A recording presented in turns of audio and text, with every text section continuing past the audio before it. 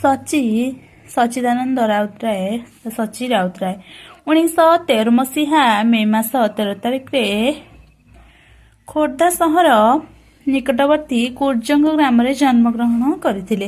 ତାଙ୍କ କବିତା ସଂକଳନ ଗୁଡ଼ିକ ପ୍ରଥମ କବିତା ସଂକଳନ ପାଥେୟ, ଯାହା 1931 ମସିହାରେ ପ୍ରକାଶ, ପୂର୍ଣ୍ଣିମା 1933 ମସିହା, ବାଜିରାଉତ 1938 ମସିହା, ପଲିଶ୍ରୀ 1941 ମସିହା, ପାଣ୍ଡୁଲିପି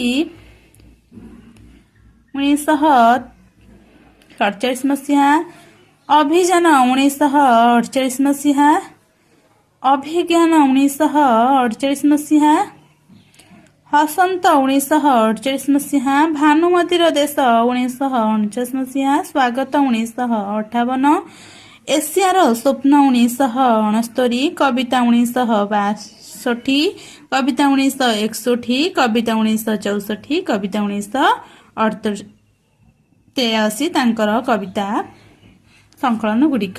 ପାଣ୍ଡୁଲିପିରେ 2 ଥର ଲେଖା ହେଇଯାଇଛି ଅଭିଯାନ ପାଣ୍ଡୁଲିପି। ଏହା ହେଉଛି ପାଣ୍ଡୁଲିପି 1947, ଏହା ହେଉଛି ଅଭିଯାନ 1948। ଏହା ଥିଲା ସଚି ରାଉତରାୟଙ୍କ କବିତା ସଂକଳନ ଗୁଡ଼ିକ।